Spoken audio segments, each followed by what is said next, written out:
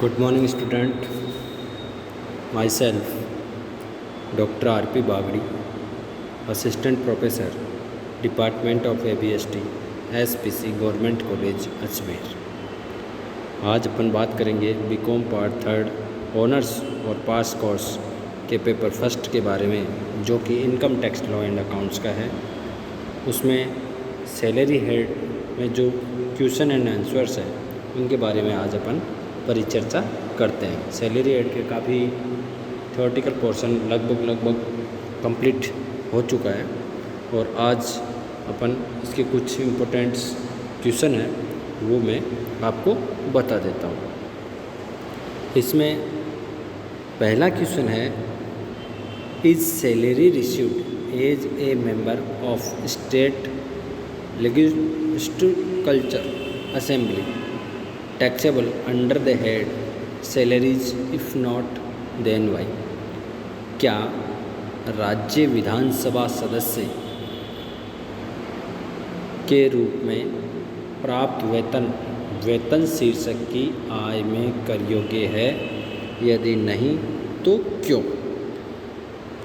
तो इसमें सबसे पहले अपने को यह ध्यान रखना पड़ेगा कि ये वेतन शीर्षक की आय है या नहीं है। और वेतन शीर्षक के लिए क्या होना ज़रूरी है? कर्मचारी और नियोक्ता का संबंध होना अनिवार्य है और राज्य विधानसभा सदस्य का किसी से भी नियोक्ता का संबंध नहीं है, अतः यह वेतन शीर्षक की आय कर योग्य नहीं होगी। ठीक है, यह पहला क्वेश्चन हो गया। दूसरा क्वेश्चन है, is remuneration received by the partner of a firm from the firm taxable under the head salary, if not then Y?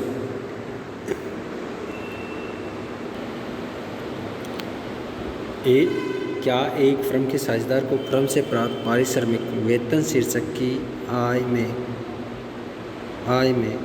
कर योग्य है? यदि नहीं तो क्यों?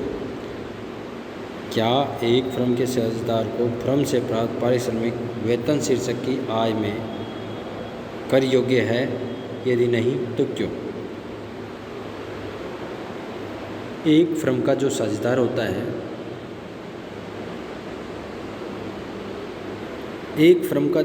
होता है, उसका और फर्म के मालिक का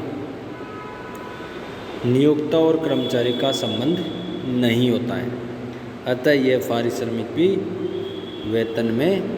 वेतन शीर्षक में कर योग्य नहीं होगा। यह इनकम फ्रॉम अदर सोर्सेज में टैक्सेबल होगा।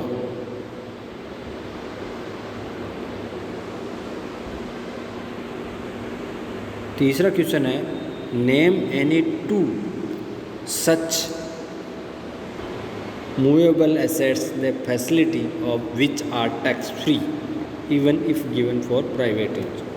ये ऐसी दो चल संपत्तियों के नाम लिखिए जो निजी उपयोग के लिए दिए जाने पर भी कर मुक्त होती है।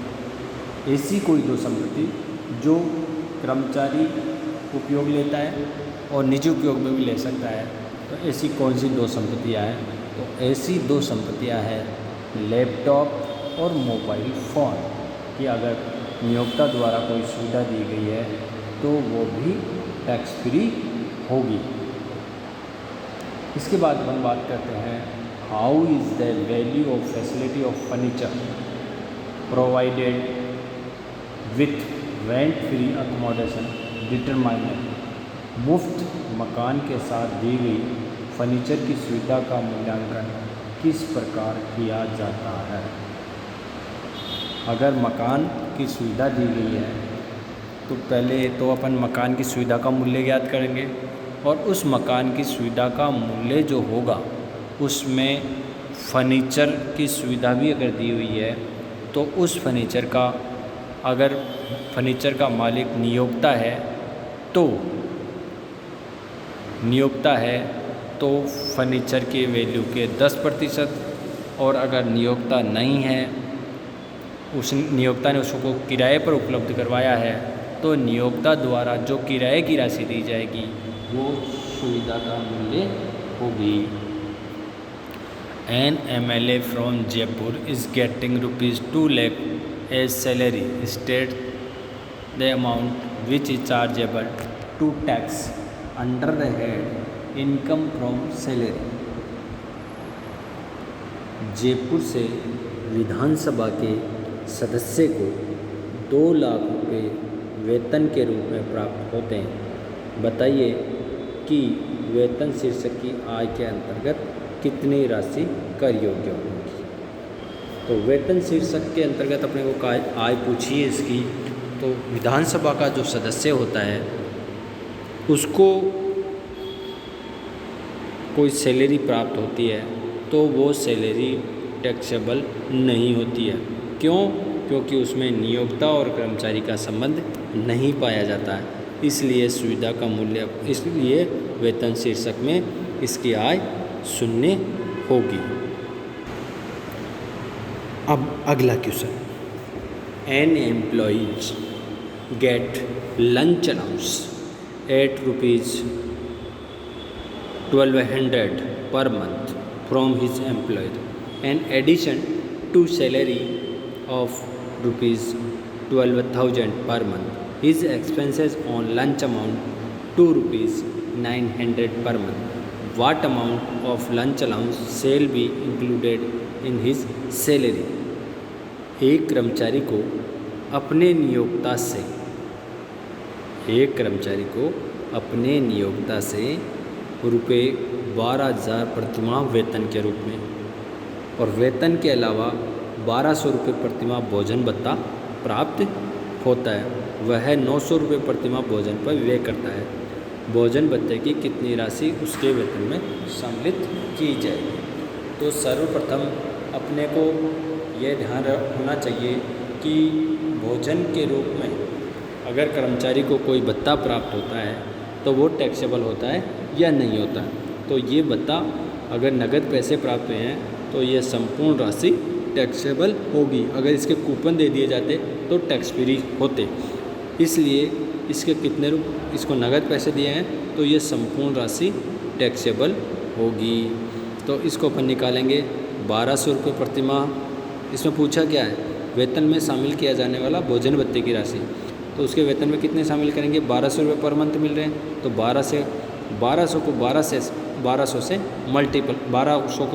मल्टीपल करेंगे, 12 मंथ से मल्टीपल कर देंगे तो अपना जो अमाउंट आएगी वो आएगी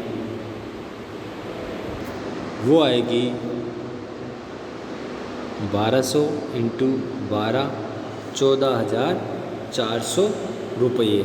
ये संपूर्ण राशि टैक्सेबल होगी। इसको अपन ऐड करेंगे।